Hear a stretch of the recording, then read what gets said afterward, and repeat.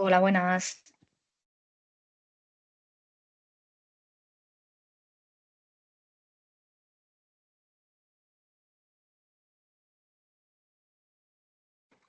¿Qué tal? ¿Cómo estáis? Luis, Manuel, ¿qué tal?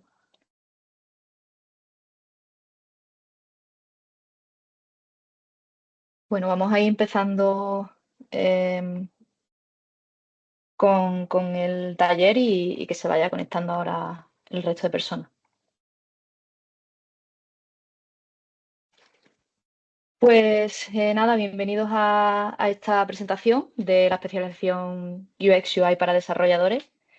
Mi nombre es Miriam y pues voy a estar impartiendo esta especialización a partir de marzo. Hoy os voy a, pues, bueno, a presentar un poquito lo que es el temario y cuáles son los objetivos de esta especialización y, bueno, cómo los principios del UX y el UI se pueden integrar en el proceso de desarrollo, ¿no? De manera efectiva. Tenéis por aquí también el dossier con el QR por si queréis descargarlo y echarle un ojillo al temario, ¿vale? Y, bueno, podéis interrumpirme, preguntarme cosas, contarme cualquier vivencia relacionada con la experiencia de usuario, cualquier momento, ¿vale?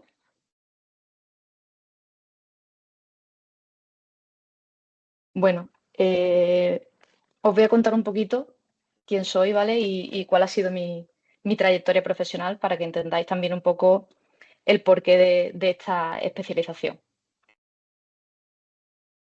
Em, yo comencé como diseñadora y maquetadora web.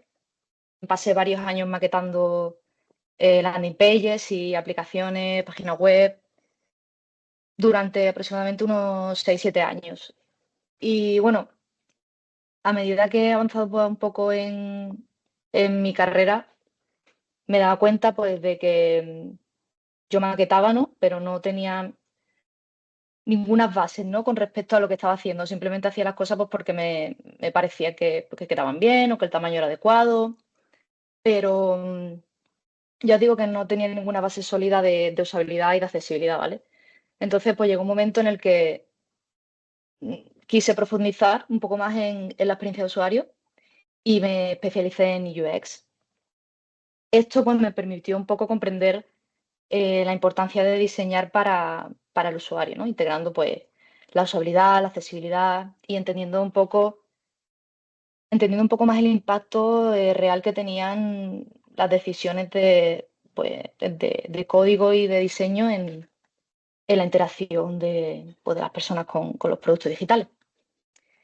Hoy en día, pues, trabajo como diseñadora UX, ¿vale? Ya no maqueto, estoy ya enfocada en el diseño, pero sí que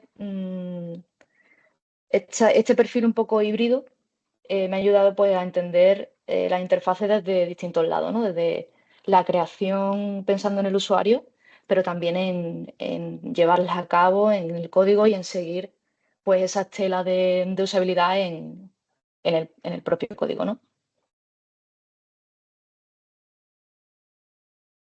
Y bueno, actualmente estoy trabajando en el sistema de diseño del SAS y del Ayuntamiento de Valencia, pero también he hecho aplicaciones para Ecoembes o para el Gobierno de España. Antes de empezar a explicar un poco el temario y los objetivos de esta especialización, sí que me gustaría que me comentarais un poco qué esperáis de esta especialización, qué creéis que vais a aprender aquí.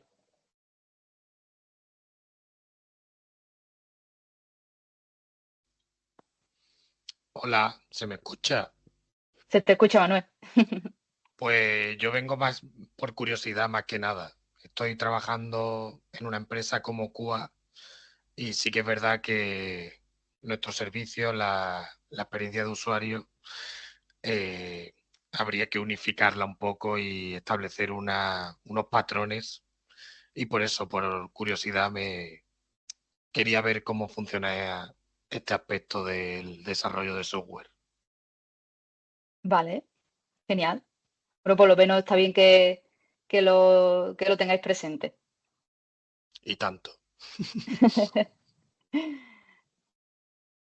Luis, ¿tú quieres aportar algo?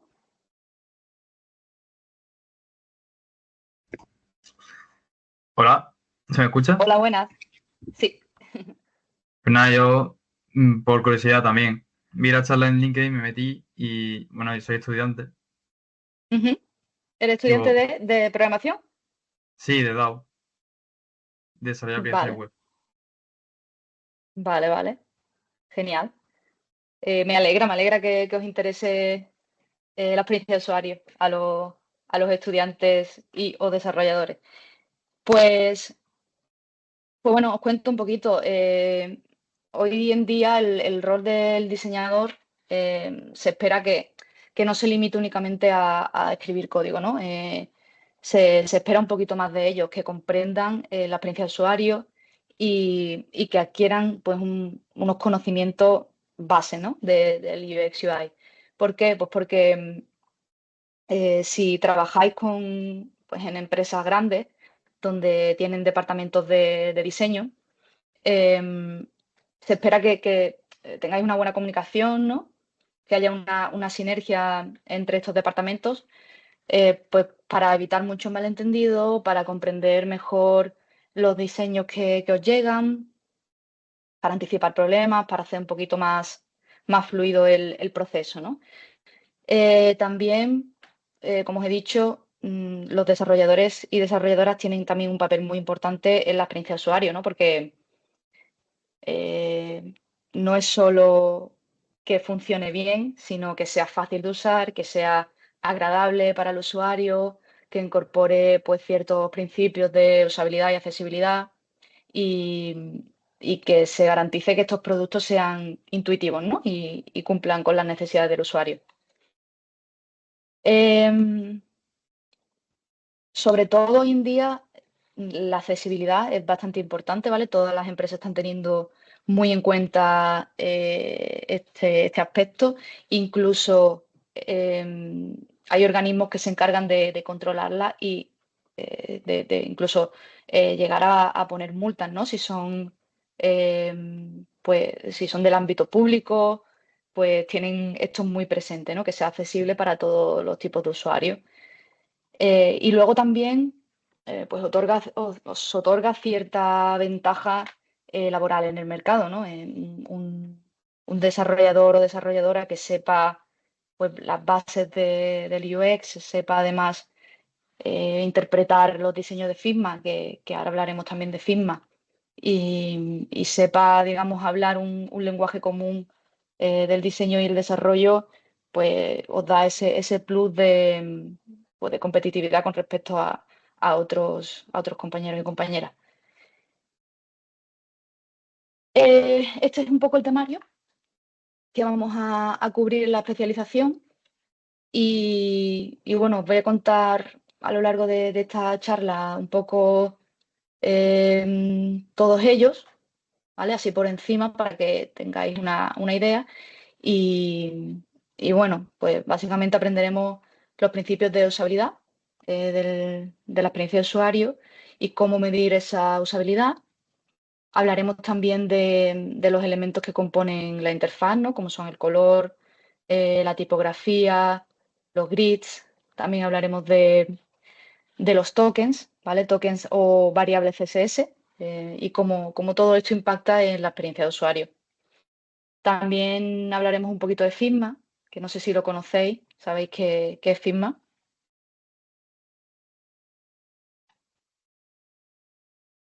Bueno, no sé, no Yo sé. sí, en mi empresa lo utilizan para los nuevos Ujú. desarrollos.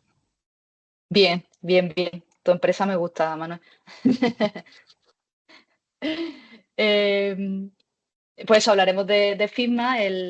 Ahora mismo es un software, el software top de diseño, pero también veremos que tiene muchísimas ventajas para los desarrolladores. Y aprenderemos cómo crear elementos en Figma, cómo crear diseños, pantallas completas y luego pues estas pantallas las podéis maquetar y las podéis programar, ¿no? También todos los conceptos que engloban la accesibilidad, cómo cómo incorporar la accesibilidad en nuestro código. Y hablaremos también de las tecnologías asistenciales, ¿vale? Que son súper importantes y cómo preparar pues, nuestros productos y nuestro código pues, para ellas. Los objetivos. 3 grandes objetivos, ¿vale? De esta especialización. Como he dicho, conocer los principios de diseño, aplicarlos desde el código. Aprender las herramientas de diseño para entender las necesidades y las intenciones del diseñador y pues con lo que he dicho antes, ¿no? Saber cómo comunicarse con el equipo de diseño e implementar pues los estándares de accesibilidad de la WCAG y las buenas prácticas. Esta especialización básicamente pretende enseñar a los perfiles de desarrollo cómo ser más conscientes de la experiencia de usuario, ¿no? De lo importante que es programar con un enfoque centrado en el usuario. Porque ya os he dicho que por mucho que el diseñador haga un trabajo previo o diseñe teniendo en cuenta pues, unos principios de usabilidad, si no se lleva eso a cabo luego en el desarrollo, si no se implementa correctamente, no va a salir a la luz un producto usable, ¿no? ¿Cómo se consigue todo esto? Pues bueno, yendo más allá del código, ¿no? Ahora mismo, si sois desarrolladores o desarrolladoras o estáis estudiando desarrollo, os están enseñando a programar diferentes funcionalidades, ¿vale? Pero nos estamos centrando tanto en el qué, ¿vale? Pero no en el cómo ni en el por qué. Por ejemplo, diseñar un software que no solo funcione bien, sino que sea intuitivo, sea accesible y tenga pues, un impacto positivo en todas las personas. Eh, a menudo, el otro día estuve en la Universidad de Málaga, ¿vale? Y estuve con los chicos que estaban desarrollando una aplicación para un concurso y claro, me decían, pero si yo he activado la localización, ¿no? Si el usuario tiene que activar la localización y ya le muestra dónde está. Pero ¿y si el usuario no quiere activar la localización porque no quiere quiere conservar su privacidad o diferentes situaciones, diferentes caminos que hay que contemplarlos todos pues, para programar un producto usable, ¿no? O, por ejemplo, si veis este ejemplo, veis aquí un input que está pidiendo un código postal. El teclado que se abre en ambas partes, a través de ellos dos se puede llegar a escribir números, ¿no? Pero evidentemente el de la derecha es mucho más usable. ¿Por qué? Pues porque se llega más rápido y más fácil y más directo a la entrada esa de datos numéricos. Pues todas estas cositas hay que tenerlas en cuenta siempre a la hora de programar y de diseñar, porque aunque parezcan pequeños detalles, impactan muchísimo en la experiencia de usuario. Otro de los aspectos clave de esta especialización es el ser capaces de guardar una coherencia entre el diseño y el código, ¿no? Eh, a menudo no os imagináis las de conflicto que crea en una empresa el que se vaya a hacer un test de ese producto justo antes del lanzamiento y el diseñador o diseñadora vea que no hay programado nada de lo que ha hecho, ¿no? Eh, no hay un pixel perfect, ¿no? Como explicaremos ahora. Entonces, se pretende fomentar el entendimiento mutuo entre el diseño y el código, usando herramientas como Figma, ¿vale? Entre otras, que facilitan pues esa exploración de especificaciones técnicas que os ayuden a programar de manera pues, mucho más fiel al diseño, ¿no? ¿Qué podéis notar aquí de diferencias entre el diseño y el desarrollo? Contadme a ver qué veis por aquí por encima.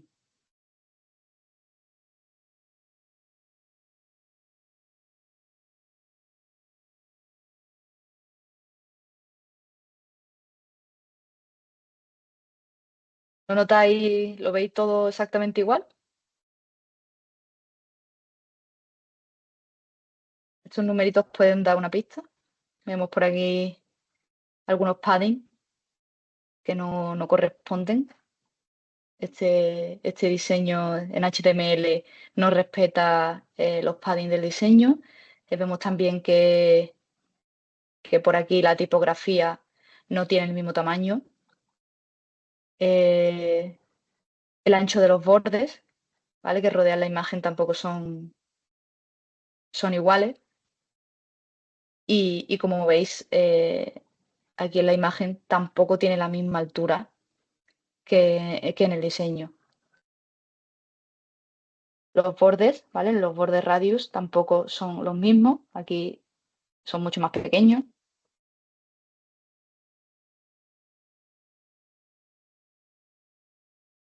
¿Vale? Pues estas son cositas que se pretenden eliminar con esta especialización, que entendáis que el diseño se ha hecho así por una razón y que debería salir a la luz exactamente igual, ¿no?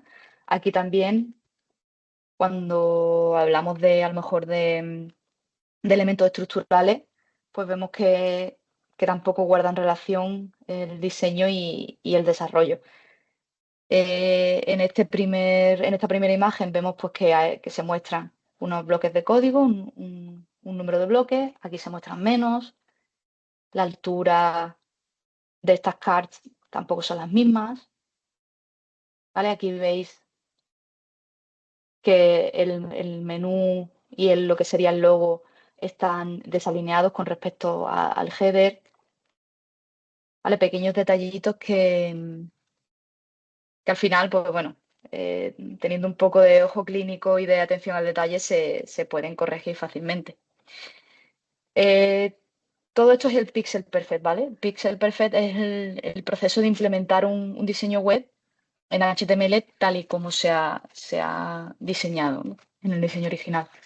Gráficos, iconos, botones, están posicionados y dimensionados de una manera, ¿vale? Y tenemos que respetar eso y que programarlo y, bueno, maquetarlo, mejor dicho, con las mismas características.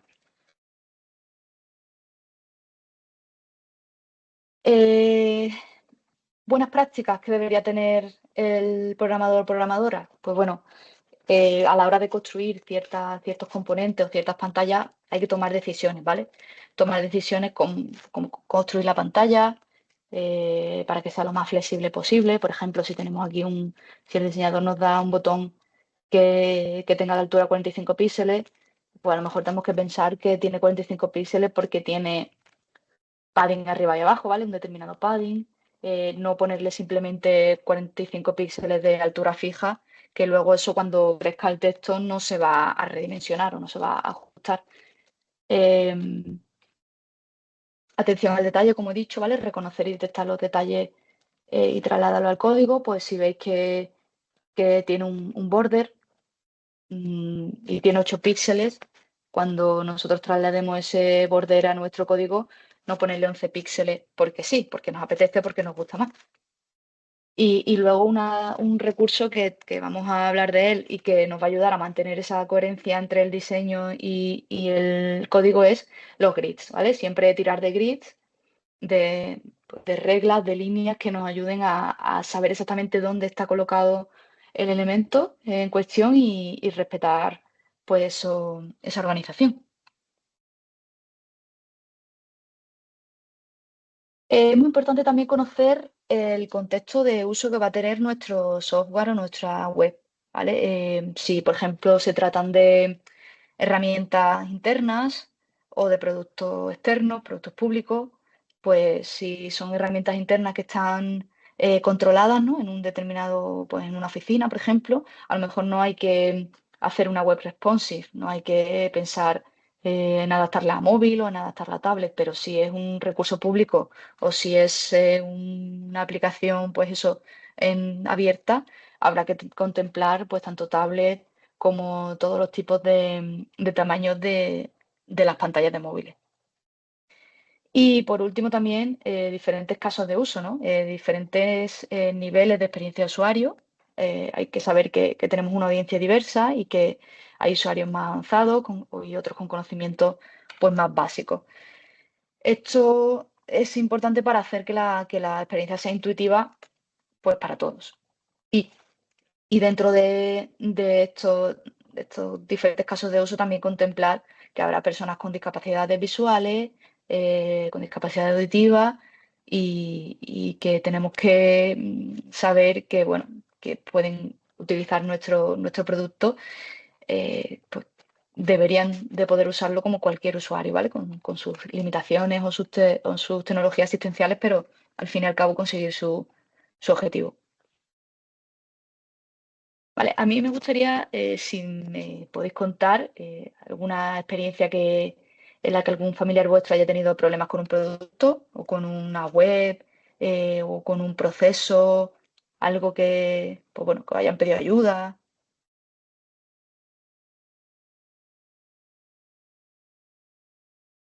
Tenéis por ahí, no sé, vuestros padres, abuelos.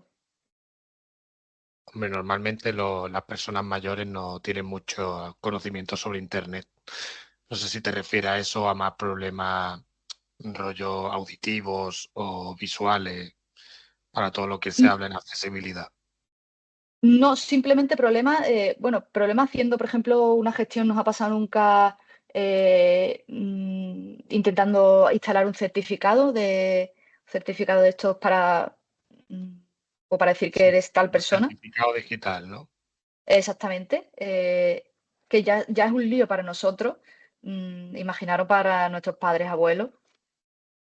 Sí, a mí hace Mm, poco me pasó justo con mi padre lo del certificado digital, que se pensaba que era la Odisea de Ulises y para alguien que tiene cierto conocimiento de Internet es sencillo, pero en cambio para él era el fin del mundo. exacto. Para nosotros es sencillo y a veces tampoco, ¿no? Y depende, Eh, exacto, y depende. Como te dé un error ya, crisis. pues, pues eso, ¿no? Al final, sobre todo las páginas de estas gubernamentales o instalación de certificados digitales, eh, están bien programados, ¿vale? Porque funcionan, porque se pueden conseguir para lo que están diseñados, pero a lo mejor no han contado pues, con estos tipos de usuarios, ¿no? Que a lo mejor tienen un conocimiento más básico de las herramientas digitales y no son capaces de llevar a cabo, pues eso, el objetivo. Entonces, pues, cuando se vaya a diseñar un producto, tener en cuenta a quién va dirigido, quién puede usarlo y adaptar un poco la experiencia a todo el mundo, ¿no? La experiencia de usuario, el concepto de experiencia de usuario se refiere a la forma en la que una persona interactúa con un producto, servicio o plataforma digital, ¿vale? Em, Esto incluye muchos aspectos desde la facilidad de navegación, ¿vale? Como hemos hablado, por ejemplo, de los certificados digitales, que tú lo has visto muy fácil, pero a lo mejor otra persona no lo ve tanto, esta navegación, no sabe dónde tiene que ir, no entiende el menú. Eh, Desde esa facilidad hasta la satisfacción, ¿no? La experiencia de usuario es muy de sensaciones, ¿no? Es cómo se siente el usuario al utilizar nuestro producto. Eh, una buena experiencia de usuario tiene una serie de beneficios. Por ejemplo, fomenta la retención de usuarios, si estamos hablando, pues, a lo mejor pues no sé, de un e-commerce. Pueden aumentar las ventas. Si el proceso está optimizado, a veces las personas a lo mejor un poco más mayores no se atreven a comprar en Internet porque no les da como, no les inspira esa seguridad, ¿no? A la hora de meter sus datos, sus tarjetas. eh, pues todo esto tenemos nosotros que participar en ello y crear una pasarela de pago pues segura, ¿no? Que ofrezca confianza, que pues le redirija a su banco, que le avise y todos estos aspectos que faciliten esa transacción en línea. También, pues, beneficio puede aumentar la satisfacción del usuario, reducir costos de soporte, ¿vale? Una buena experiencia de usuario que no tenga errores, pues minimiza esas llamadas, ¿no? O esos contactos con soporte y con atención al cliente. Y, y bueno, al final, como he dicho, una buena UX se mide a través de sensaciones, ¿vale? Si los usuarios pueden encontrar fácilmente lo que quieren, ¿no? Si pueden navegar con claridad, si encuentran de manera fácil en la interfaz ese elemento que están buscando, esa información, eh, la rapidez de respuesta también, el que la interfaz te dé un feedback, si ha habido un error, el por qué ha habido un error, el que ha escrito mal, el que no ha escrito mal, si está cargando, pues dime cuánto tiempo va a estar cargando, que los botones sean del mismo color, del mismo tamaño y tengan la misma apariencia de un botón en diferentes partes, ¿vale? Que yo no tenga que saber que esto es un botón aquí, pero que allí esa es otra cosa que es distinta, también es un botón y también funciona para lo mismo, ¿no? Un poco mantener esa consistencia en el diseño. Y en definitiva, hacer la experiencia fácil para el usuario. Aquí veis un ejemplo de un mando, ¿vale? No sé si os acordáis antiguamente los mandos que tenían millones y millones de botones, que la mayoría de ellos, a día de hoy, yo tampoco sé ni para qué se usaban. Pues al final, la experiencia de usuario se trata de eso, de reducir al mínimo funcional, mm, todas esas funcionalidades, esas opciones que tiene nuestro producto para que se pueda usar pues, de manera fácil. Hay un principio que se llama el principio de no me hagas pensar, que es de Steve Krag, y, y básicamente el UX es una filosofía centrada en el usuario que aborda aspectos de simplicidad y de claridad, ¿vale? Dice que un sitio web debe ser tan intuitivo que se pueda interactuar con él sin tener que aprenderse cómo funciona. Cuando hay que aprenderse cómo funciona, cuando hay que mirarse tutoriales o manuales, ya empezamos mal. Aquí tenemos otra imagen, ¿vale? Que explica muy bien este concepto, porque si el diseño no es intuitivo, si nuestro programa no es claro y no es eficiente, pues al final nuestro usuario abandonará la aplicación y buscará otra alternativa más rápida y más fácil, ¿vale? Se buscará otra aplicación o otra web, otro producto.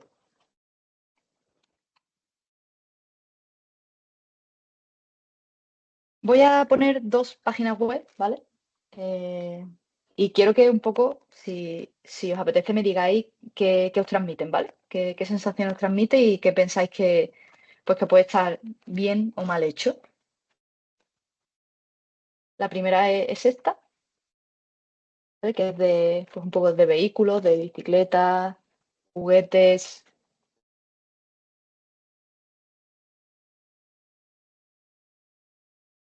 Tenemos por aquí también unas cuantas animaciones, unos cuantos GIFs.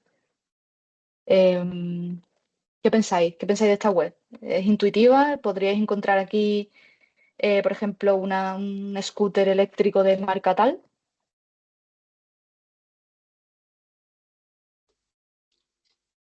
No tiene pinta porque no te aparece un selector ni nada que te deje filtrar, solo un montón de cosas en la pantalla que más que nada te van a despistar. Vale, no hay un buscador tampoco. Bueno, sí hay aquí un buscador, pero mira, me ha costado encontrarlo. Eh, no sé, por aquí tampoco veo categorías claramente definidas, ¿no? Tampoco entiendo el por qué este es más grande que este y por qué está en rojo y este por qué está en verde. Em, No hay un patrón establecido, ni de las imágenes de los productos que aparecen. exacto. No se sabe si este texto es de aquí o es de aquí o es de aquí arriba. ¿Vale? No hay una organización.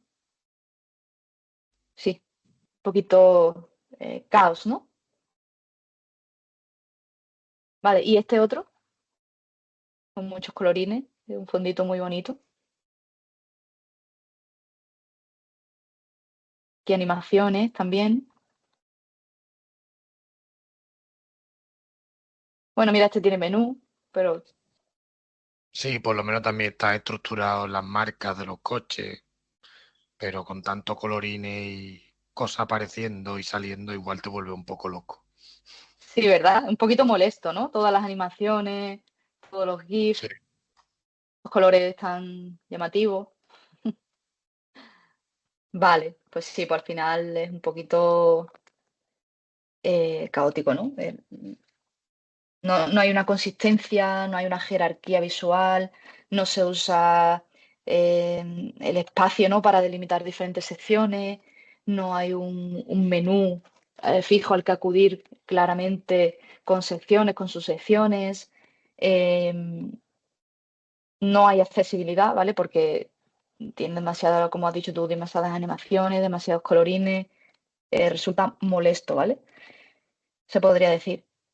Em, es importante tener esto en cuenta, ¿vale? Todos estos aspectos, sobre todo las animaciones, las transiciones, también ahora veremos también eh, cuando hablemos de la accesibilidad, el porqué, pero sobre todo hay que tener mucho cuidado con las animaciones bruscas, las transiciones bruscas, porque a nosotros nos pueden llegar a parecer molestas, pero hay otros usuarios con epilepsia, por ejemplo, que este nivel ya de animaciones ya les puede causar ciertos problemas bastante más graves. Em, todas estas webs se podrían construir de manera mucho más usable, de manera visualmente mucho más atractiva, siguiendo unos ciertos principios, ¿vale? Que son las leyes de UX. Que esto hablaremos un poco también por encima en la especialización porque es importante que las conozcáis y no solamente para la hora de diseñar, si es que queréis diseñar vuestras propias aplicaciones, sino también pues que siempre las tengáis presentes a la hora de maquetar, ¿no? Em, las leyes de UX son unos principios psicológicos, ¿vale? Que apelan a los sentimientos de las personas. Hemos visto antes que al final la experiencia de usuario es mucho de sentimientos, de sensaciones, y esto se basa en unos principios psicológicos, en, en cómo las personas perciben y procesan cierta información, ¿vale? Bueno, y ofrecen pues una especie de guías prácticas para crear y diseñar aplicaciones de productos digitales que se alineen un poco con nuestro comportamiento humano. Aquí he puesto unas cuantas para que las conozcáis, ¿no? Pues el efecto de usabilidad estética, em, que es que los usuarios a menudo, no siempre tiene por qué ser así, ¿vale? Pero a menudo perciben un diseño bonito como más funcional, más agradable. El umbral de Doherty, que es que, bueno, una buena interacción de usuario tiene que darse en un periodo más corto de 400 milisegundos. Todo lo que sobrepase, toda respuesta que sobrepase ese tiempo ya crea como una sensación de molestia. La ley de Fick, la ley de Hick, que es que cuanto más opciones, más recursos, más información le demos a un usuario, aumenta la complejidad, ¿vale? Y aumenta el tiempo de ese usuario para decidir qué es lo que quiere hacer. Por tanto, si nosotros estamos diseñando una aplicación en la que creemos que es importante pues tres categorías, pues poner esas tres, ¿no? Y después darle la opción de ver más, pero primero poner esas tres para reducir la complejidad. En las webs anteriores que hemos visto, como veis, la complejidad era enorme. La ley de Jacob, ¿vale? Que los usuarios, dice que los usuarios pasamos la mayor parte de nuestro tiempo en otro sitio, ¿vale? Por tanto, no tenemos que inventar la rueda. Los usuarios prefieren un comportamiento predecible, ¿vale? Sitios que conozcan y que actúen de la misma manera. Otras de las leyes, pues, es la región común, que es que los elementos tienden a percibirse en grupo, que los elementos que tienden a percibirse en grupo comparten ciertas características. En el ejemplo anterior hemos visto que todos los productos estaban pues apegotonados, ¿no? No había no había regiones comunes, no había una jerarquía, una agrupación. La ley de Pregna, bueno, que dice que las personas percibirán e interpretarán las imágenes eh, ambiguas con formas más simples, ¿vale? Es decir, tenderán a la simplicidad. la ley de proximidad, que es que, bueno, los objetos próximos entre sí tienden a ser agrupados por los usuarios, ley de la similitud, conectividad uniforme, etcétera. Todo esto hablaremos de qué significa cada cosa y cómo, bueno, y ejemplos prácticos, ¿no? en los diseños.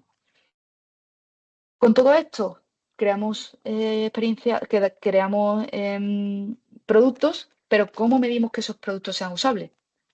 Pues con los principios de usabilidad. ¿Vale? Los principios de usabilidad son pues, una serie de directrices, ¿vale? Que nos garantizan que un producto sea usable. Medimos la usabilidad de estos productos, de esta interacción, ¿vale? Con el usuario, ayudándolos pues, a lograr sus objetivos. ¿Cuáles son? Pues visibilidad del estado del sistema, relación entre el sistema y el mundo real, control y libertad de usuario, consistencia y estándares, prevención de errores, reconocimiento antes que recuerdo, flexibilidad y eficiencia de uso, estética y diseño minimalista, ayudar a los usuarios y ayuda y documentación. ¿Vale? ¿Qué es todo esto? Pues bueno, seguramente os habréis encontrado con situaciones como las que voy a poner ahora los ejemplos, para que veáis a qué principio están apelando, ¿no? Pues, por ejemplo, visibilidad del estado del sistema. Siempre tenemos que dar al usuario una retroalimentación, ¿vale? Un feedback. Pues lo que he comentado antes. Si estamos descargando una actualización, pues el sistema nos tiene que indicar de manera clara, mediante una barra de proceso, el tiempo restante, ¿no? La situación de esa actualización. Si estamos rellenando un formulario, pues también y le damos a enviar, pues nos tiene que decir que ese formulario se ha enviado correctamente o que no se ha enviado correctamente, y tenemos campos que no han sido rellenos o que han sido rellenos pues de manera incorrecta. También, por ejemplo, cuando tenemos un formulario, un proceso de compra muy largo, pues nos tienen que decir en qué paso estamos y cuántos pasos nos quedan, ¿no? No sé si seguramente habéis comprado algo y habéis tenido que meter vuestros datos, nombre, apellido, después en el siguiente paso vuestro domicilio, en el siguiente paso pues vuestra tarjeta o vuestros datos bancarios. Al final, si no sabes ese proceso cuándo va a acabar, es más probable que lo abandonéis. También, pues bueno, veis aquí la típica batería del móvil o del ordenador, ¿vale? Cuánto os queda, os avisa de que tenéis que enchufar el cargador antes de que se apague. Aquí, pues los carritos, ¿no? Cuántos elementos tenéis en el carrito. Al final, siempre es dar feedback al usuario de todo lo que está haciendo en la interfaz.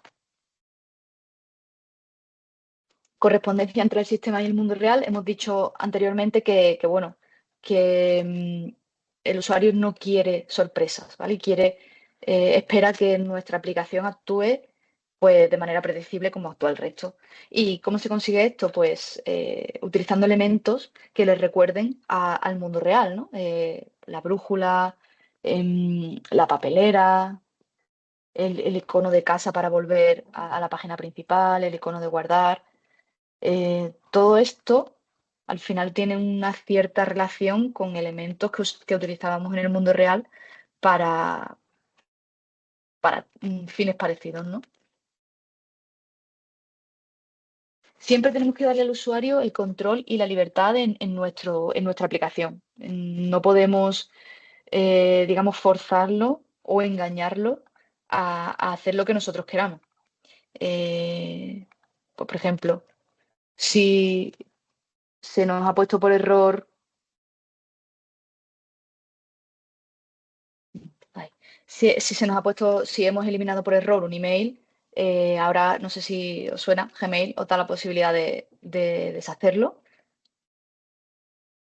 y, de eliminar el mensaje o de recuperar el mensaje. También tenemos los controles, ¿no? Los controles de los settings, que nos permiten personalizar nuestras aplicaciones pues a un nivel bastante bueno. Pues hablamos de colores, modo oscuro, modo claro, el tamaño de la letra, los sonidos de notificación, todo eso es control y libertad que se nos da al usuario. Consistencia y estándares, ¿vale? Aquí también va un poco más relacionado con lo que hemos dicho antes, ¿no? El comportamiento predecible. Un buscador, sabemos que cómo tiene que actuar, sabemos que siempre o casi siempre vamos a encontrar un buscador en la parte de arriba, o un botoncito de una lupa que se despliega.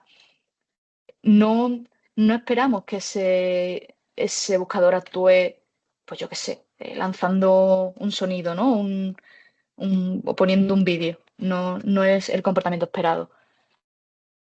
Luego la consistencia y estándares en cuanto a recursos visuales.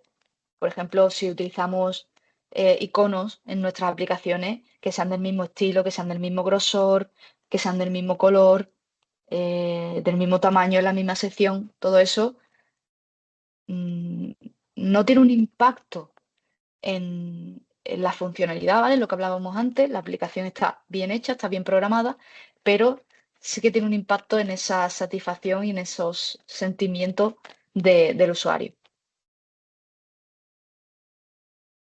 Prevención de errores, ¿vale? Esta parte sí que es súper importante en la experiencia de usuario. Si un usuario no puede seleccionar una opción, por ejemplo aquí en Ryanair, si desde Barcelona no puede ir, por ejemplo, a Finlandia, pues no le des esa oportunidad al usuario de seleccionar Finlandia, ¿vale? Veis que aquí está deshabilitado. O si, por ejemplo, no sé si habéis visto muchas veces también cuando nos piden el DNI. ¿Vale? Cuando nos piden el DNI, tiene que ser pues con letra, sin letra, con un guión, pues todo esto tenemos que indicárselo al usuario o debemos de indicárselo al usuario antes de que mande ese formulario y le salga el error de no, no, no, es que no es el formato correcto. Pues tenemos que ayudarlo con mensajes de aquí de apoyo o con estos placeholders que le indican pues más o menos el número de cifras. ¿Vale? Aquí también, pues, por ejemplo, cuando vamos a enviar un email o un formulario, pedirle una confirmación, ¿estás seguro? ¿Vas a eliminar esto? ¿Quieres eliminarlo de verdad? Reconocer en lugar de recordar. Antes hemos hablado del principio este de no me hagas pensar. Eh, es literal, o sea, no, cuanto más le hagas pensar al usuario, mm, menos intuitiva va a percibir tu web y antes se va a ir. Entonces, hay que minimizarle la carga de memoria, ¿vale? ¿Cómo? Pues mostrándole búsquedas recientes o búsquedas sugeridas, permitiéndole recordar su email, su contraseña, o incluso si veis aquí en Spotify que tienen como las portadas de los discos, de los álbumes, porque lo visual se recuerda mucho más que por el nombre, ¿no? No tiene por qué saber que el disco este era el que él recordaba por la portada. Flexibilidad y eficiencia de uso, ¿vale? Lo que hemos dicho al principio de si mi usuario no quiere activar la localización, pues bueno, pues le doy otras alternativas, ¿no? Si no quiere activar la localización, pues que ponga él una ubicación a mano. O si estamos buscando un producto, pues vamos a darle unos filtros para que el usuario busque de manera completamente personalizada lo que quiere, la velocidad del procesador que quiere, si quiere envío gratis, si tiene Prime, ¿no? Al final un poco flexibilidad. Aquí, pues bueno, pues también las opciones de los comandos, ¿no? Si quiere hacer una acción con el teclado, si la quiere hacer pues con el cursor. Mantener un diseño estético y minimalista, mantener una interfaz ordenada, evitando la sobrecarga que hemos visto en los dos ejemplos anteriores. Elementos innecesarios, evitar todo tipo de distracciones. No es que las eliminemos, pero las ponemos en otra parte de la web o a través de un botón que diga ver más o ir a la sección tal, ampliar información. ¿vale? Esto no se trata de una estética flat design, como se dice ahora, sino priorizar la información. ¿Qué información es necesaria? ¿Cuál no? ¿Con qué información mi usuario puede lograr su objetivo? ¿Qué información necesita? Etcétera. Si veis aquí, por ejemplo, el buscador de Google es súper simple. Lo único que tiene pues, es un buscador y dos botones, ¿vale? Recuperación de errores. A veces no podemos evitar que el usuario cometa errores, a pesar de que le hemos dado esas pistas, esas indicaciones, pero lo principal es ayudarlo a recuperarse de ellos si los comete. A entender el por qué le sale este error y sobre todo a no culparle nunca, ¿vale? A no hacerle sentir que la culpa es suya, ¿no? No, no has escrito correctamente, no. Esto no está escrito correctamente, ¿vale? Pero no ha sido culpa tuya, igual que yo no me he expresado bien o no te lo he indicado de manera correcta. Los mensajes de error tienen que indicar claramente las causas, ¿vale? Y cómo recuperarse de esos errores, cómo solucionarlo. Lo típico de insertar una contraseña de al menos 20 caracteres antes que contraseña no válida, por ejemplo. Ofrecer ayuda, ¿vale? Ofrecer soporte en nuestra web y de manera visible.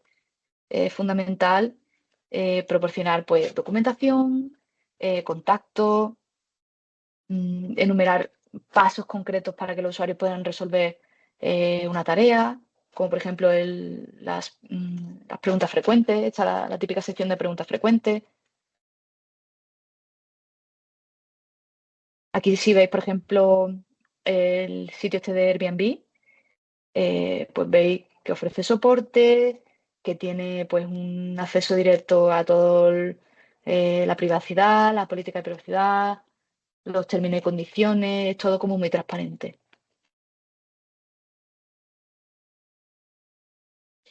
Vale, ahora pues bueno, vamos a ver un poquito los elementos de la interfaz que afectan a la experiencia de usuario, ¿vale? Ya hemos visto cómo podemos hacer una interfaz usable y ahora vamos a ver con qué elementos la podremos construir y qué importancia tienen, ¿no? El primero de ellos es el color. El color tiene un papel súper importante en la comunicación. Eh, Dependiendo de los colores que utilizamos, vamos a transmitir un cierto estado de ánimo, una criticidad en los mensajes, eh, un feedback, ¿no? En los procesos, como hemos visto, por ejemplo, el rojo para indicar los mensajes de error. Todo esto puede influir en el comportamiento de nuestro usuario con respecto a nuestros productos. Si, si os fijáis en el mundo que nos rodea, al final todo está categorizado por colores, ¿vale? Toda nuestra sociedad se rige por la experiencia de usuario, aunque parezca que no, aunque tengamos en mente que la experiencia de usuario es muy tecnológica, todo se rige por la experiencia de usuario. Las señales de tráfico comunican mediante color, mediante patrones visuales, mm, y nos ayudan a actuar, ¿no? A tomar ciertas decisiones. Por ejemplo, el rojo, ¿vale? El rojo en la interfaz de usuario es el color de las advertencias, junto con el amarillo, pero tiene más criticidad el rojo. Eh, esto es una convención súper extendida, ¿vale? No, sería muy raro que pusiésemos un mensaje de error en verde. No, no es viable. No daría como resultado una buena experiencia de usuario. Y el usuario no lo entendería tampoco. Em, el rojo pues se sigue usando para acciones como cancelar, como borrar, eh, para botones que a lo mejor no quieres que el usuario pulse porque es una acción crítica, ¿no? O que no te conviene. Para acciones que conllevan un peligro ejecutarla. El verde, pues es señal de éxito, ¿no? De éxito, de completado. Es el color de la salud, de la aprobación. Y en una interfaz, pues indican al usuario que ha realizado bien una acción, típico check en verde, o si, por ejemplo, si quieres que el usuario siga realizando una acción, puedes utilizar pues, colores verdes en las ilustraciones o barras de progreso en verde, ¿vale? Al final, pues todo lo que sea un proceso exitoso. El naranja, como hemos dicho, pues guarda cierta similitud con el rojo en cuanto a esa criticidad, ¿no? Ese peligro, pero tiene connotaciones pues mucho menos problemáticas. También se usa mucho para los botones que queremos que sean visibles, ¿no? Que tengan atención. ¿Vale? Veis aquí que, bueno, que nos están lanzando mensajes de confirmación, pero menos críticos. Y por último, el azul, pues señal pues, de información, eso de seguridad, de un poco comunicarnos, pero sin ninguna criticidad, ¿no? Simplemente informarnos. Es un color que transmite mucha más tranquilidad y se usa en sitios como páginas de los gobiernos o, bueno, páginas así que no tienen mucha criticidad.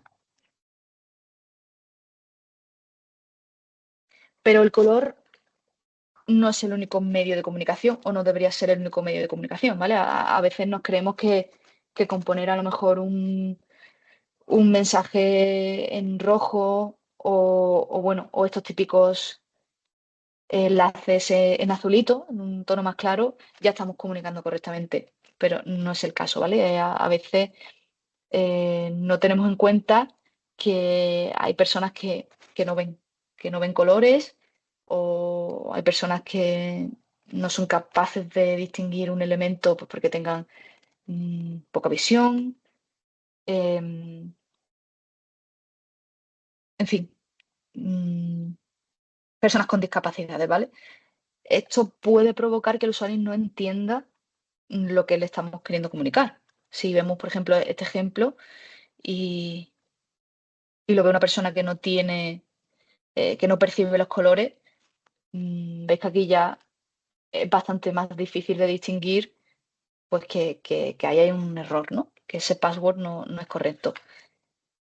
En este ejemplo, veis que aparte del color se usaba otras indicaciones visuales como es este subrayado, ¿no? Aquí sí que nos serviría para una persona con discapacidad visual, porque le estamos metiendo como otro plus, otro indicativo.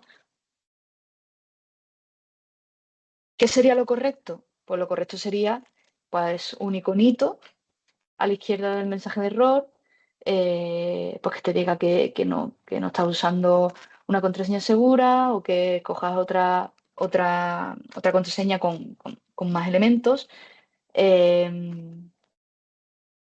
Aparte de servirnos para cuando el usuario no percibe esos colores rojos, también nos ayuda a captar la atención, ¿vale? A dirigir la mirada hacia ese mensaje de error y que el usuario pueda corregir su contraseña de la manera más rápida posible. Otros elementos que juegan un papel fundamental en la accesibilidad es la jerarquía visual y la tipografía, ¿vale? Es súper importante organizar el contenido de manera clara y coherente para no llegar a ese sentimiento de desorden y de caos que hemos visto con los dos ejemplos anteriores. A través de una jerarquía bien definida podemos crear pues, ciertos contrastes, podemos hacer que el diseño respire, podemos redirigirle la mirada al usuario para que preste más atención a una sección primero o a otra sección. Por ejemplo, con los tamaños, con la forma, con los colores. Se puede jugar con todos esos elementos para redirigir al usuario hacia donde queremos llevarlo, ¿no? En el caso de la tipografía también es fundamental elegir fuentes claras y consistente que facilitan la comprensión de la información que estamos mostrando, ¿no? Un estilo tipográfico a lo mejor un poquito más que destaca más, ¿no? Que no sé, que tenga más distracciones, puede afectar negativamente a esa interpretación del contenido. Si vemos aquí, hay ciertos aspectos que influyen en la elección de la tipografía y que tenemos que tener en cuenta, pues porque esto puede marcar una diferencia para personas con baja visión, con dislexia, con con discapacidad de aprendizaje o con baja alfabetización. ¿Cuáles son estos aspectos? Pues, en primer lugar, las mayúsculas y las minúsculas, ¿vale? Hay veces que tienen la misma altura, como veis aquí, y esto puede llegar a confundir muchísimo al usuario, aunque parezca que no.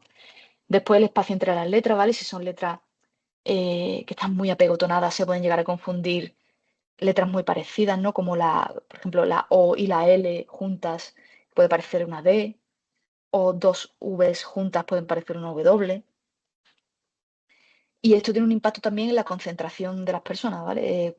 Cuanto más difícil sea de interpretar una letra, más difícil es para las personas concentrarse y más probabilidad hay de que abandonen nuestra, nuestra web. ¿Qué buenas prácticas podemos hacer para mejorar todo esto? Pues bueno, que el tamaño de fuente lo definamos en REM o en EM o en porcentaje, ¿vale? Pero nunca en tamaños fijos con píxeles. Que la altura de las líneas, el interlineado, sea suficientemente espacioso. También el espacio entre los párrafos, ¿vale? Que sea al menos 2 veces el tamaño de la fuente. El espacio entre palabras, que sea al menos un 0,16 veces el tamaño de la fuente. Y como curiosidad, os he puesto aquí una fuente, ¿vale? Que bueno, está específicamente diseñada para personas con dislexia, porque ayudan a identificar las palabras, ¿vale? ¿Cómo? Pues si os fijáis, tienes aquí la parte más baja de las letras son como más gorditas, ¿vale? Esto, digamos que les ayuda a interpretar y a reconocer mejor ciertos caracteres con los que se confunden, ¿no? Como la B y la D, la P y la Q. Digamos que los confunden porque como que los reflejan. Y, y esta fuente, pues, si os fijáis aquí, la P y la Q son distintas, ¿vale? Tienen como esa puntitas que los hacen diferentes. Hay muchas fuentes tipográficas que son exactamente iguales, simplemente reflejados. También vamos a aprender en la especialización los grids, ¿vale? Los grids o rejillas, que son fundamentales para maquetar, como hemos dicho antes, ¿no? Para maquetar de manera exacta lo que nos llega en el diseño, entender dónde descansan cada elemento y cómo esos elementos se redistribuyen en diferentes tamaños de pantalla, ¿no? En diferentes dispositivos, para que guarde todo pues, una consistencia. Vamos a aprender los tipos, vamos a aprender los comportamientos de los grids, comportamiento full width o centrado, vamos a saber cómo crearlos con Figma y un poco la similitud que tienen después a la hora de configurarlos con CSS Grid o con Flexbox. Los tipos, ¿no? ¿Cuáles son más recomendados para qué tamaño de pantalla o para qué tipo de producto, de páginas? Vamos a saber cuáles son los conceptos para crear estos grids, ¿no? Número de columnas, el espacio entre cada columna, los márgenes laterales. También los patrones de interacción. Hablaremos de cómo ajustar esos elementos de nuestra interfaz para para los diferentes patrones de interacción. Patrón de interacción es una solución de diseño, de organización, para una situación concreta, ¿vale? Pues, por ejemplo, en el modo móvil vemos que los botones tienden a situarse en la parte de abajo a la izquierda, pues simplemente porque es la parte más accesible para nuestro pulgar, ¿no? Y también para que no tape, para que nuestra mano no los tape o no los pulsemos por error. Es decir, es como una zona controlada de este grid. Diseñar también para ambas orientaciones, ¿vale? Y mantener, pues eso, los elementos coherentes. La distribución de elementos es coherente. Y luego ya con todo esto, ya sabemos cómo diseñar pantallas de la mejor manera, cómo redistribuirlas pues, para de escritorio, para móvil, etcétera. Ahora lo que tenemos que hacer es llevarlo a cabo, ¿vale? Lo llevaremos a cabo en Figma. Figma es una herramienta de diseño, ahora mismo es la herramienta top en el mercado. ¿Por qué? Pues porque permite una colaboración entre diferentes equipos, entre diferentes personas dentro del mismo equipo, debido a la característica de que está basada en la nube. ¿Vale? Es la principal diferencia, es la principal característica respecto a sus competidores. Es esta colaboración. Se puede diseñar en tiempo real, varias personas pueden estar en el mismo archivo, se pueden ver unos a otros, se puede incluso hablar con un chat que hay dentro de la propia herramienta y es una herramienta para todo. Esto quiere decir pues que evidentemente está hecha para diseñadores, pero también la pueden usar desarrolladores. De hecho, los desarrolladores se pueden beneficiar de ella muchísimo. Ahora lo veremos con el Dev Mode, pero también los stakeholders, ¿vale? Que pueden ver nuestros diseños antes de llevarlo a código y lo que nos permite pues, hacer cambios sin que nos suponga demasiado trabajo, demasiado costo cuando ya están, digamos, en vivo, ¿no? Cuando ya están construidos. También para los jefes de proyecto, para ver pues, el trabajo que se está haciendo, para comentar los diseños, en fin. Digamos que tiene beneficios para todos los perfiles implicados en el proceso de, de creación de un producto digital. Como hemos dicho, Figma se utiliza principalmente para diseñar interfaces, pero también para extraer código, ¿vale?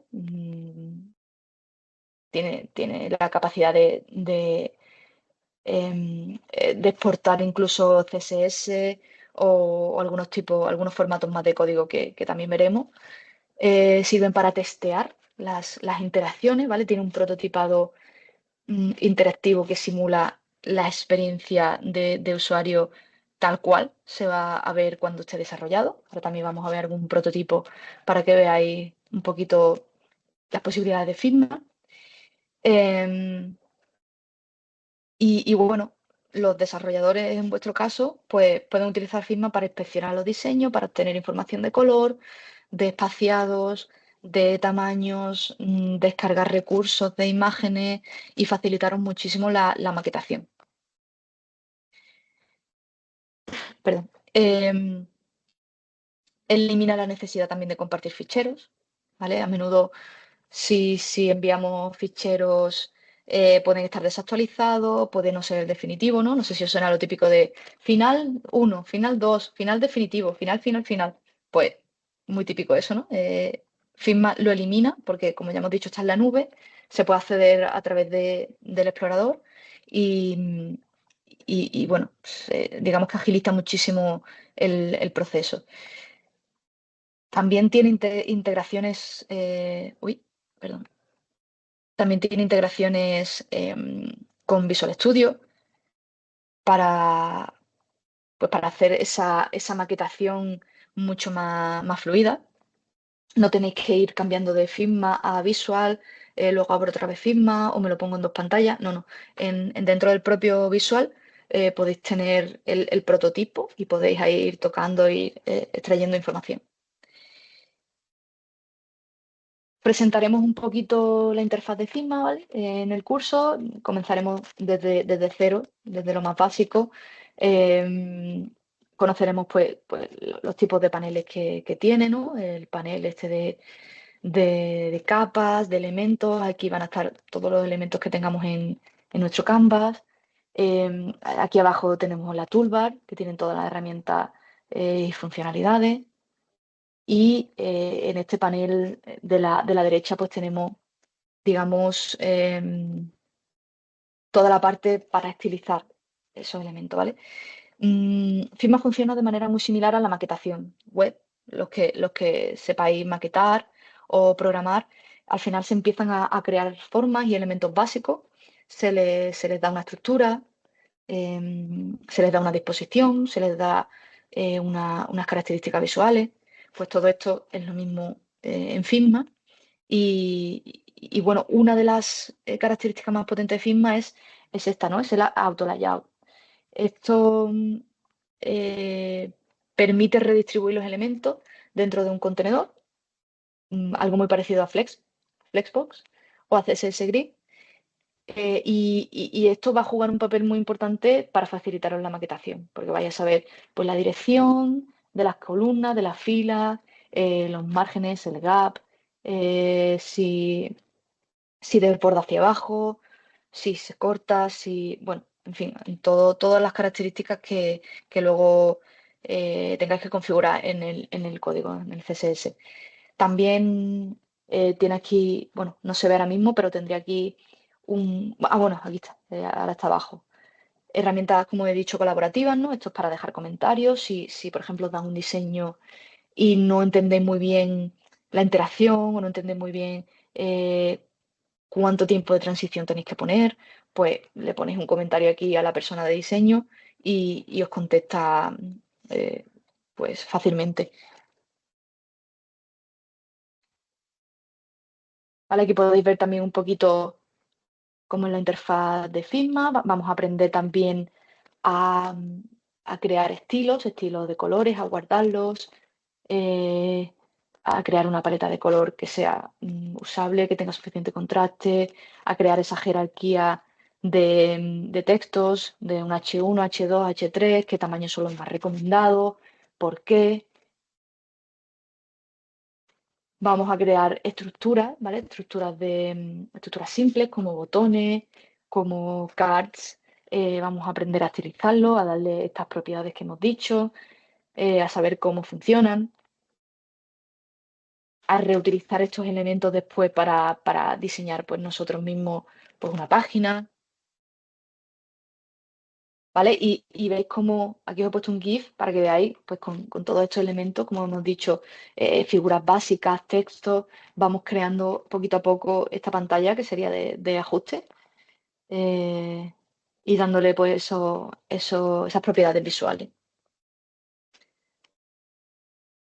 Aquí os he puesto un ejemplito, ¿vale? De un prototipo para que veáis hasta dónde es capaz de llegar Figma. Esto es un prototipo muy básico de, que emula a Instagram, pero vais a ver que con pequeñas interacciones podemos llegar a crear productos bastante realistas, que evidentemente son prototipos, no son productos reales, pero que luego esto nos va a ayudar a entender cómo tiene que hacerse el desarrollo, ¿no? Si, por ejemplo, si pincha aquí, pues mira, si pincha aquí me lleva aquí, o se abre de abajo arriba o de arriba abajo, con tal velocidad, con tal efecto, ¿vale? Uy, no está cargando ahora mismo.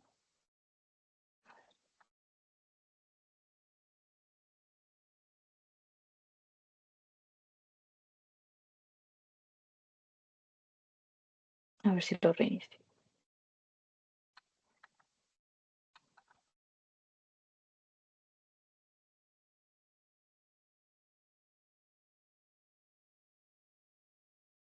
Vaya, hombre, ahora no queréis.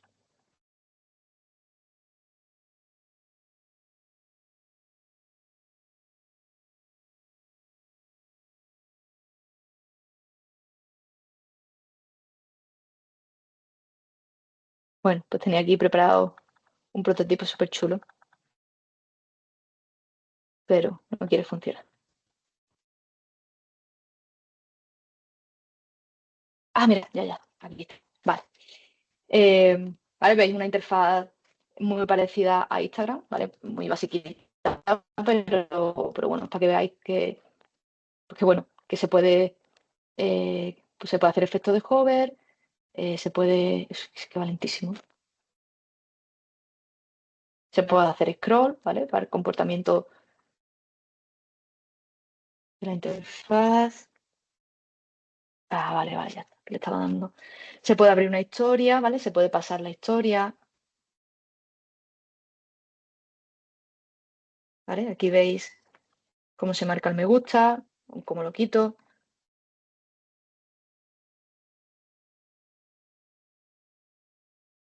Incluso veis que está animado, ¿no? Que parece una historia real.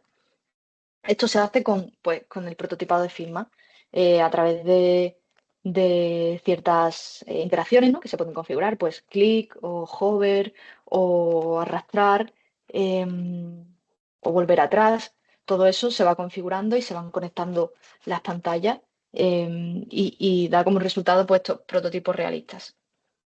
Aquí también podéis ver el proceso de cómo se van conectando las pantallas, se van seleccionando pues dependiendo si son clic, con qué tipo de animación, la duración de la animación. Todo esto también lo vamos a aprender en la especialización.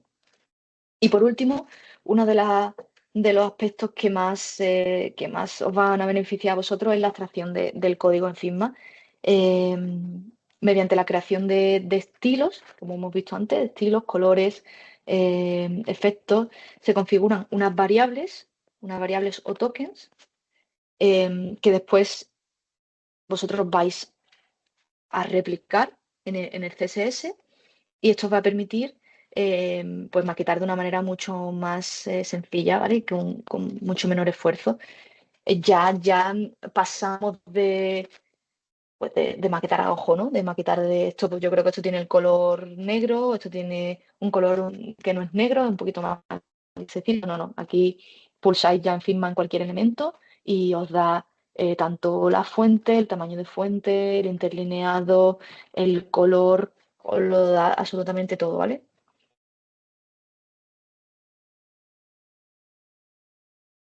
Aprenderemos también a crear tokens. Los tokens, como he dicho antes, es la equivalencia de las variables en CSS, ¿vale? Son valores individuales eh, que representan pues, atributos como el color, como tipografía, como espaciado, márgenes, paddings, border radius, todos esos valores individuales se van configurando a través de tokens y se va creando, digamos, todo el CSS de nuestro producto. De esta manera, pues guardamos coherencia entre el diseño y el desarrollo. También nos permite, como hemos dicho, definir una sola vez estos tokens y reutilizarlos en nuestro diseño, haciendo pues, que la maquetación sea mucho más fácil. No me voy a meter ahora mucho tampoco en la estructura de los tokens, ¿vale? Ni en los tipos, pero hablaremos pues, de las estructuras, digamos, más estándares, ¿no? Al final, estos tokens se crean pues siguiendo pues, una estructura, ¿no? Por ejemplo, aquí tenemos categoría, color, fuente, espaciado, dependiendo de la que sea, pues se selecciona, ¿no? Pues color, después del elemento, sería el input, el tipo de propiedad a la que ataca, que es el background, y qué color de background, pues el color error, por ejemplo. Hay diferentes niveles dentro de un sistema de tokenizado, están organizados de manera jerárquica. Aprenderemos pues, estos niveles, ¿no? Que primeramente está el valor, que es el valor puro del color o el píxel del espaciado. Después pasaría a un primitivo o a un global en el que le damos, digamos, una nomenclatura. Después tenemos un siguiente nivel que es semántico, ¿no? Pues, por ejemplo, si el color, como hemos visto antes, el color rojo, pues el color rojo será tendrá la semántica de error. Y por último pasaremos ya a niveles muy específicos como el de los componentes, ¿no? Como hemos visto antes de color input. Pues ese color está específicamente seleccionado para el background del input en estado de error. Aquí también veis pues, más estructura de los tokens, de tokenizado, categoría, concepto, variante. Eso lo veremos con más detalle también en la especialización. Y, como os he dicho, estos tokens que pasan por el proceso de los diferentes niveles, cuando ya tenemos el token definitivo, es lo que se transporta al Visual Studio o al software que utilicéis para la maquetación y se hace todo pues, mucho más fácil, más dinámico. ¿Vale? Aquí veis pues también otro ejemplo en CSS, definir estos tokens al principio del CSS y luego los vais usando cada vez que os va haciendo falta el color primario, ¿no? Definir el color primario y le vais otorgando el color primario a todos los elementos que lo tengan. Otra ventaja de lo que tiene esto es que si el diseñador el día de mañana decide cambiar el color primario, no tenéis que cambiar todo el CSS, ¿vale? Solo tenéis que cambiar el valor del token que habéis definido al principio y se cambia en todo. ¿Qué pasa con todo esto? Con la extracción de código, con los tokens y tal. Pues que Figma se dio cuenta de que era súper potente, era un aspecto súper potente de su programa, que los equipos de desarrollo que utilizaban Figma aumentaban un 30% su eficacia y bueno, y Figma pues impulsó eso con la creación del Dev Mode, ¿vale? Es una funcionalidad dentro de Figma destinada exclusivamente a desarrolladores, ¿vale? Esto es una de las cosas que más vais vosotros a sacarle partido en Figma. ¿Qué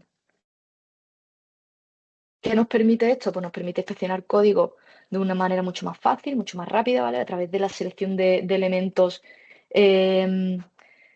os van a dar pues un montón de información, de paddings, de tamaños, veis que se marcan aquí de manera súper visual. También sabéis pues el componente al que está llamando ese elemento. Veis aquí la generación de código CSS. Ya tenéis aquí el código prácticamente para copiarlo y pegarlo en vuestro CSS. Podéis descargar recursos, imágenes, iconos, etcétera. Podéis ver la estructura en HTML, no es muy fiable, evidentemente después le tenéis que otorgar vosotros una semántica, pero facilita muchísimo la vida. Algunas de las funcionalidades que aporta este Dev Mode, pues comparar los cambios en el diseño, ¿vale? Cuando en un mismo archivo se cambia algo, pues ya es el propio Dev Mode el que eso indica que ha habido un cambio, donde ha habido un cambio. Incluso os superpone el diseño anterior con cambio y sin cambio para que veáis visualmente lo que ha cambiado. Se pueden agregar enlaces, se pueden agregar descripciones, ¿vale? Para explicar un poquito cómo funciona ese componente o qué variantes tiene. Se puede personalizar el código CSS, ¿vale? Se puede elegir el tipo de salida, si es CSS o incluso si es para una aplicación en Android o en iOS. Se pueden ver el nombre y los tipos de capas.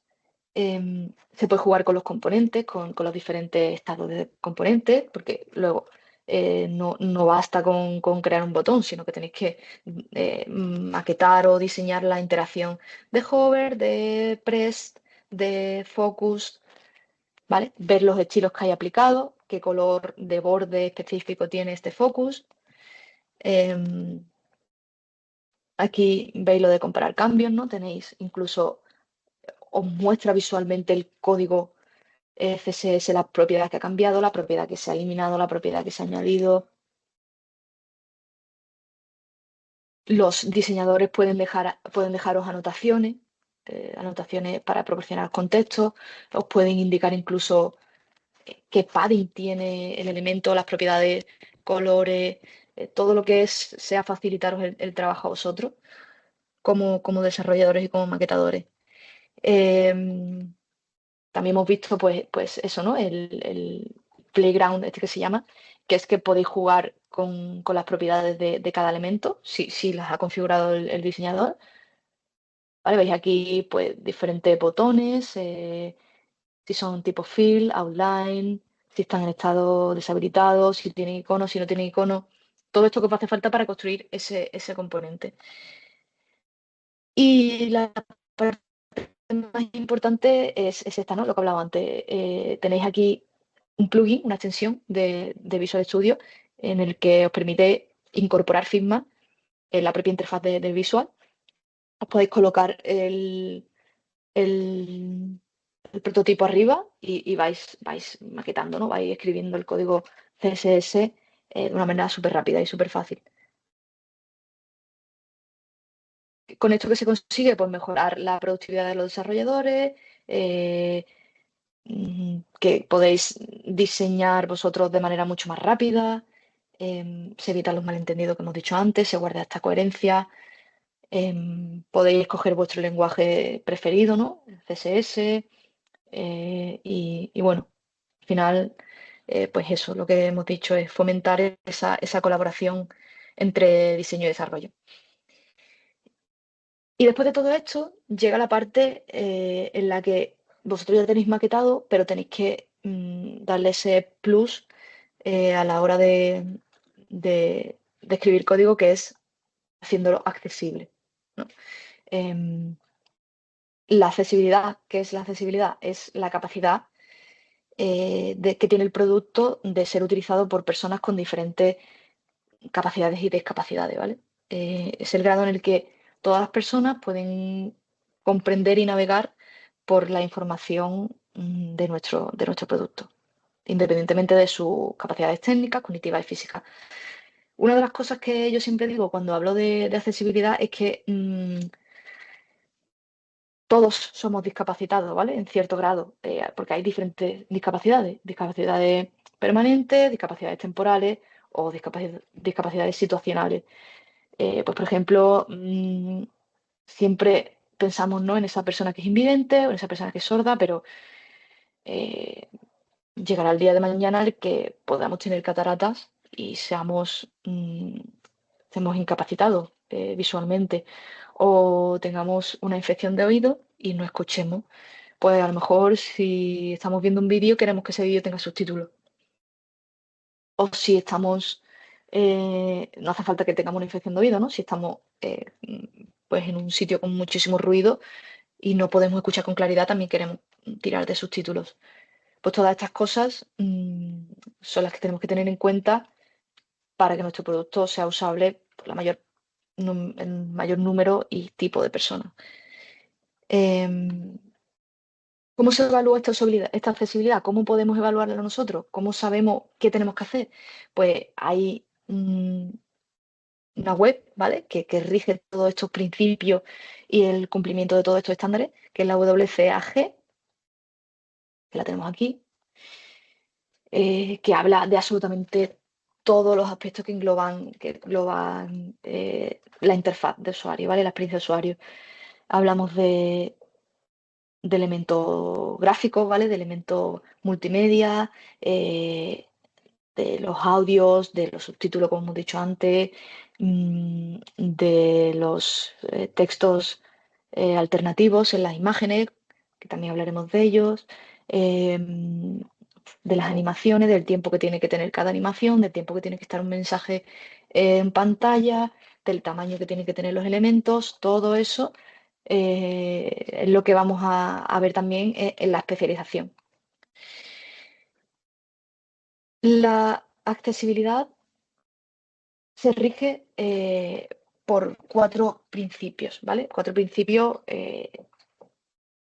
así a gran escala, ¿no? Que nuestro producto sea perceptible, es decir, que lo perciban, que se entienda independientemente de la discapacidad, que se entienda visualmente, que se entienda auditivamente, que haya, como hemos dicho, descripciones sonoras, que haya subtítulos, que haya textos, alternativas textuales, que sea robusto, que sea perceptible, que sea operable, ¿vale? ¿Qué es cada cosa? Pues que sea operable significa que se pueda manejar desde diferentes elementos, ¿no? Desde teclado, desde cualquier tecnología asistencial, que también veremos ahora después. Que sea comprensible, pues que lo entienda todo el mundo, ¿vale? Que no utilice un lenguaje complejo, avanzado, como hemos dicho antes cuando hemos hablado de los tipos de usuarios y sus conocimientos técnicos, eh, que sea comprensible, que sea robusto, es decir, que el contenido funcione bien en una amplia gama de dispositivos, de sistemas operativos, que el HTML sea pues eso, ¿no? Robusto, que sea estándar, que esté bien semánticamente correcto.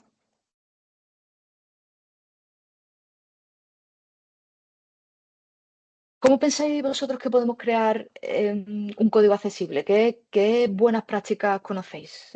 ¿Conocéis alguna que podáis decirme?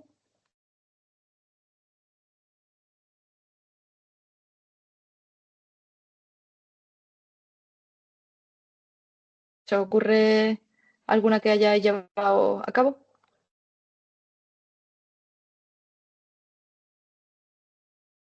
Bueno, pues ahora veremos un poco mm, diferentes herramientas que podemos otorgarle a nuestro código, pero quería enseñar un poquito también por encima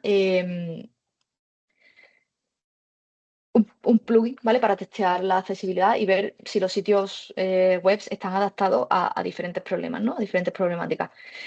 No sé si queréis decirme alguna web que os guste que os gustaría que mirásemos. Yo tengo aquí abierta una de ellas, por ejemplo, esta de Diario Sur, y aquí tengo un plugin pues, que me va a simular diferentes problemas, ¿vale? A diferentes personas con discapacidades. Como hemos dicho antes cuando hemos hablado de estos, de comunicar con el color, ¿no? Mensajes de error y demás, pues veis aquí una persona que no perciba ningún color. Si tenemos un mensaje de error aquí, lo va a percibir como un mensaje normal y va a pasar desapercibido. Eh, También podéis ver aquí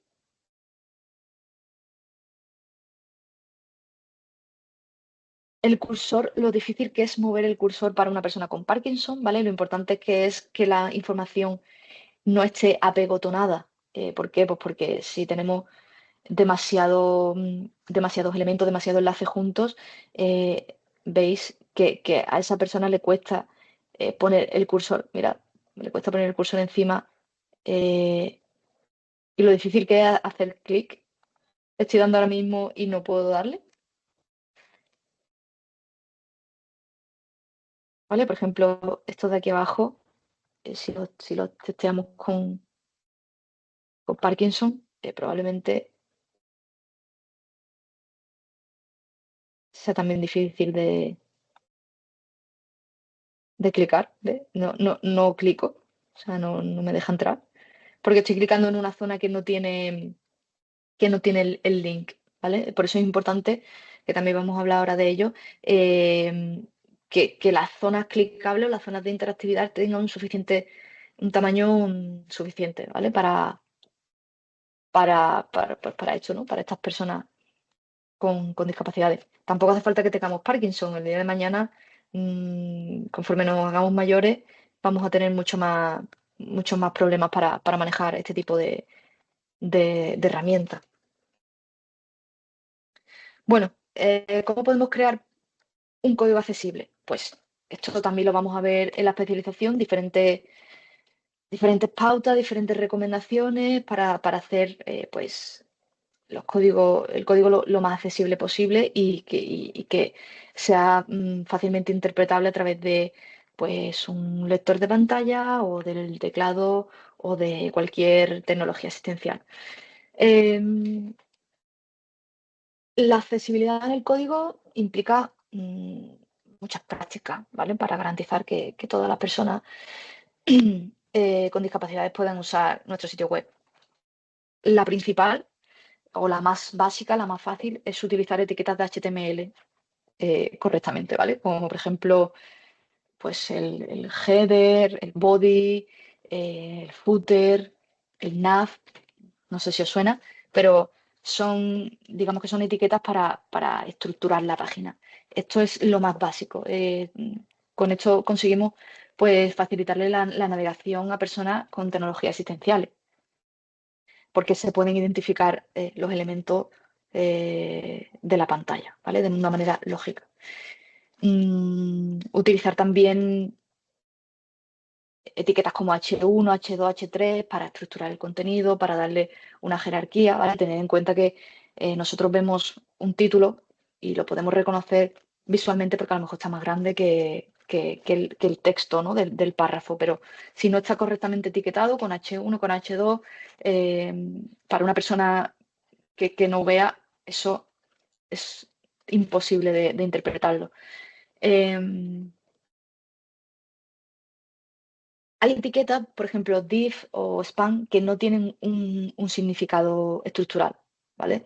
No, no definen el contenido. Entonces, se puede utilizar div, evidentemente, pero siempre hay que tirar de las etiquetas que nos dan información, ¿no? Form, table, article, section, etc.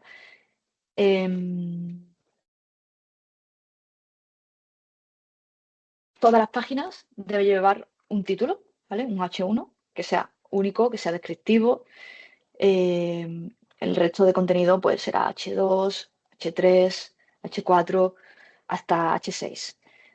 No es una buena práctica saltar de H2 a H5, ¿vale? Hay que ir definiendo poco a poco por nivel.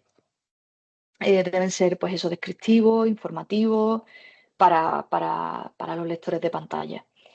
Deben estar bien estructurados semánticamente para facilitarle la navegación a todas las personas, a usuarios con pantallas con braille. Por ejemplo, las listas, etiquetarlas con UL o con OL si están enumeradas o no. Y eso, y etiquetar correctamente todos los elementos. Otro de los recursos que tenemos súper importantes son los ARIA labels, ¿vale? Son atributos esenciales para la accesibilidad web. ¿Por qué? Porque proporciona información adicional de estos elementos a las tecnologías asistenciales, ¿vale?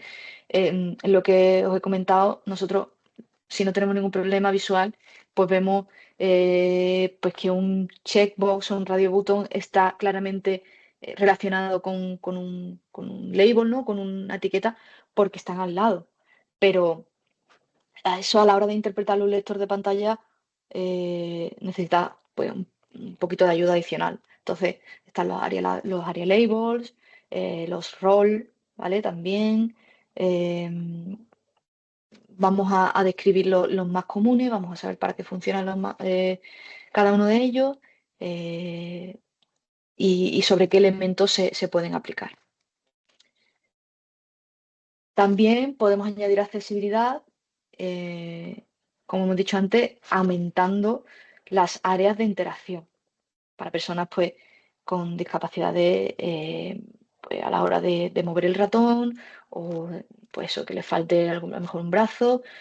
Tenemos que hacer las áreas interactuables grandes, amplias, ¿vale? Incluso para personas que no tienen por qué tener ninguna discapacidad, sino tienen los dedos anchos.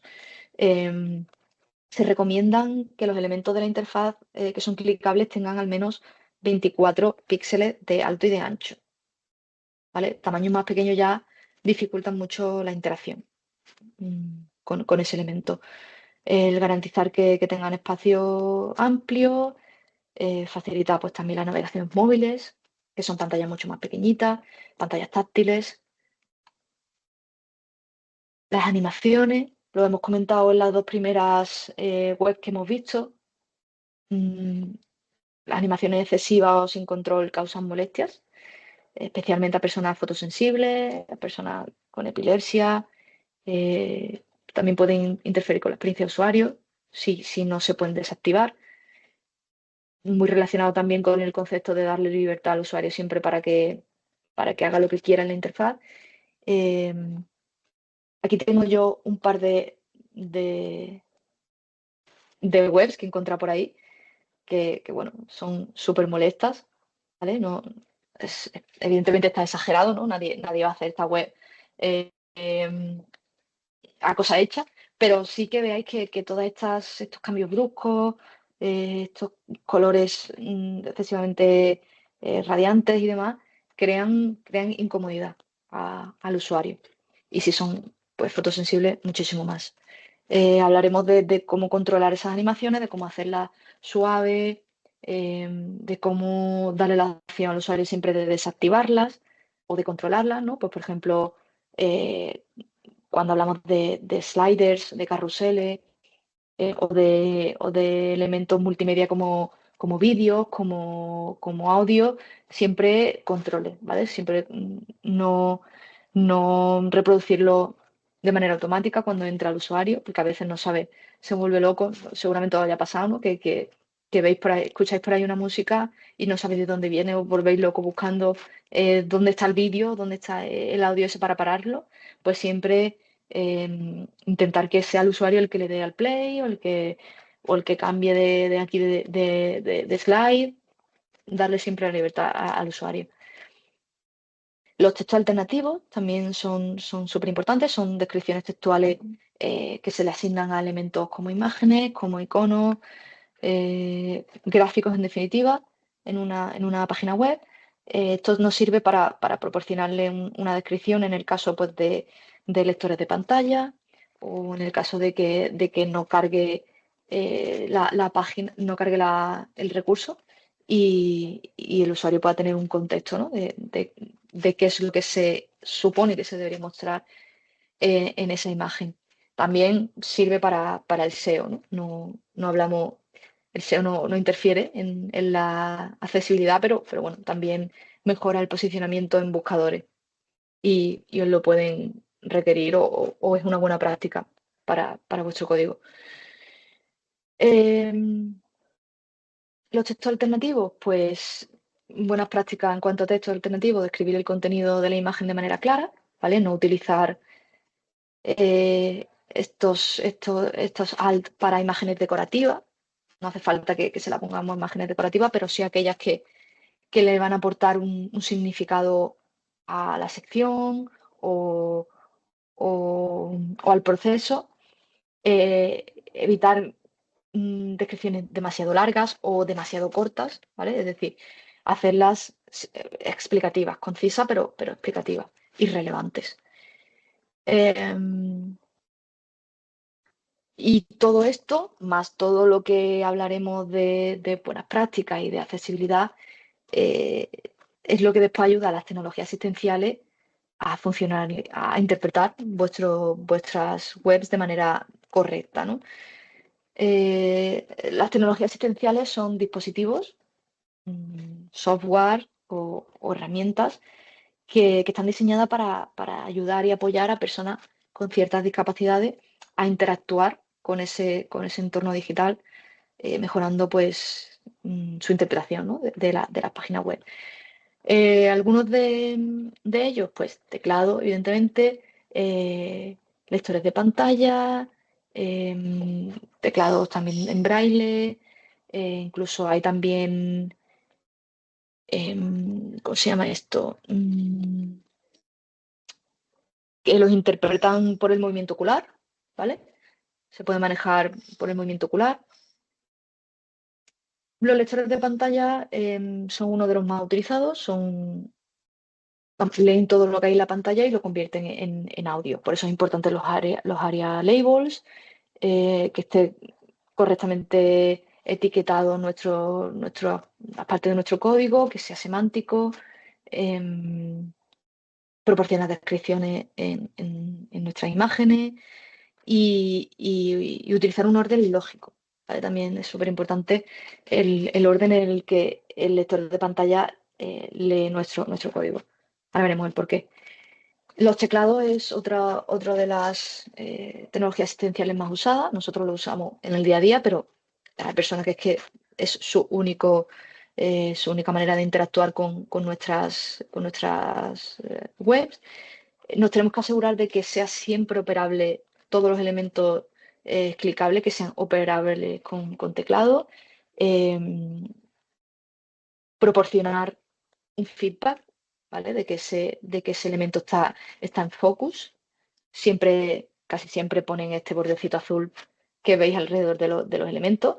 Aquí veis, pues bueno, este ejemplo no lo tiene azul, pero lo tiene amarillo. Se indica correctamente que esto está en focus. Debe ser operable pues, a través de las teclas, ¿no? De Tab para activar un elemento, Tab o Enter o espacio. Debe ser también operable por las teclas de dirección, ¿no? Para moverse entre elementos. Bueno, ciertas teclas de función también si aplican. Si no aplican, pues no hace falta, pero sobre todo eso, el que sean operables por Tab, por las teclas de dirección y por el intro y por el escape, ¿vale? Para salir del focus. Como os he dicho antes, el orden del foco es súper importante, ¿vale? El orden en el que se resaltan los elementos para cuando se navega por teclado, pues crear un orden lógico. Pues, por ejemplo, tenéis que plantear si tiene sentido que en nuestro HTML el botón de cancelar esté antes que el de guardar. Nosotros lo vemos, digamos que lo vemos a la misma vez, pero una persona que esté con el teclado o esté con un lector de pantalla va a leer antes el cancelar que el guardar. Entonces hay ciertas buenas prácticas, como por ejemplo en el HTML poner el guardar antes, aunque después visualmente lo inviertas, para que guarde ese orden lógico. O por ejemplo aquí veis que está el campo de contraseña y que tiene pues unas ciertas instrucciones, ¿no? Más abajo. La contraseña debe incluir 8 caracteres, una mayúscula, un símbolo.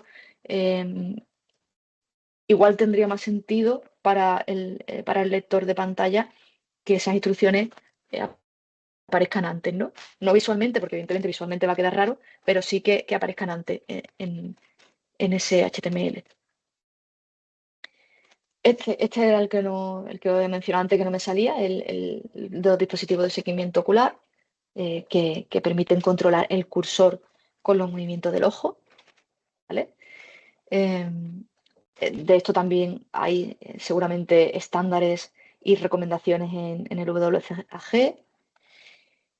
Y, pues bueno, otro de los recursos, pues las pantallas electrónicas en braille. ¿Vale? Y bueno, así un poco a modo de resumen, esto es todo lo que vamos a ver en la especialización, ¿vale? El entender los principios y las buenas prácticas a la hora de diseñar, el valorar si nuestra web es usable, una vez que sepamos que es usable, construirla en Figma, extraer ese código de Figma a nuestro HTML, construir nuestra web, maquetarla y preparar el código para las prácticas, para las buenas prácticas de accesibilidad. No sé si tenéis alguna pregunta sobre esto. ¿Algo que queráis comentar?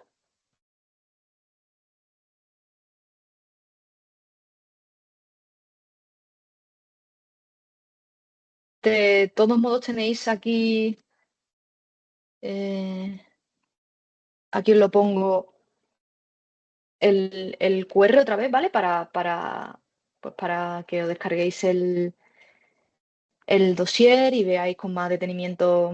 El curso empieza en marzo, Laura, ¿vale? En el mes de marzo, creo que el día 24. pero en el dossier lo pone todo, fecha de inicio, fecha de fin, todo el temario detallado y si tenéis alguna duda, pues podéis contactar con Codespace y seguramente ellos os la resuelvan. A ti, ¿vale? Y Luis está escribiendo.